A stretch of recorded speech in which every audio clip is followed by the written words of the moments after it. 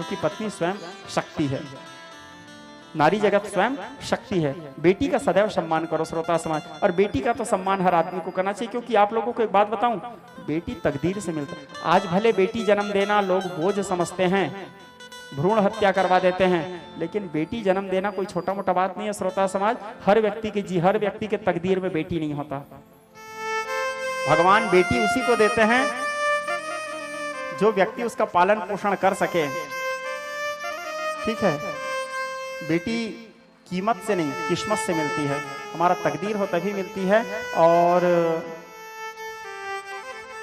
जिस व्यक्ति के विवाह होने के बाद पहला संतान यदि बेटी होता है ना श्रोता समाज, जैसे हमारा विवाह हुआ, विवाह होने के बाद यदि पहला संतान बेटी हुई है तो पिता कभी दरिद्र नहीं होता।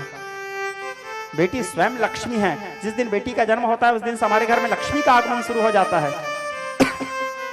और हमारे शास्त्रों में तो बताए हैं, अष्टवर्षे कन्या मंगला गौरी भवेत्। 8 साल तक के तो सभी छोटे बच्ची कभी भी छोटे बच्चियों से पैर नहीं पड़वाना चाहिए। जो छोटे बच्ची और खास करके ऐसे तो कुंवारी कन्या से ही चरण नहीं पड़वाना चाहिए, क्योंकि कुंवारी कन्या स्वयं शक्ति है। लेकिन विशेष करके इस बात को ध्यान देना कि 8 से 9 वर्ष तक के कन्या से बिल्कुल पैर न पड़वाएं, क्योंकि 8 साल तक के कन्या को अष्टवर्षे कन्या मंगला गौरी भवेत्। 8 साल तक के सारे कन्या को आदि शक्ति माना जाता है, जगत जननी माना जाता है। ऐसे नहीं कि मेरी बेटी है तो मेरे पैर पड़ेगी, बाप भी बेटी का पैर पड़ना चाहिए। आप बाप हो तो भी बेटी का पैर पड़ो, माँ हो तो भी बेटी के पैर पड़ो, भाई हो तो भी बेटी के पैर पड़ो, क्योंकि वो स्वयं आदि शक्ति है। और वो भी 8 वर्ष तक के 9 वर्ष तक के तो साक्षात जगत जननी है।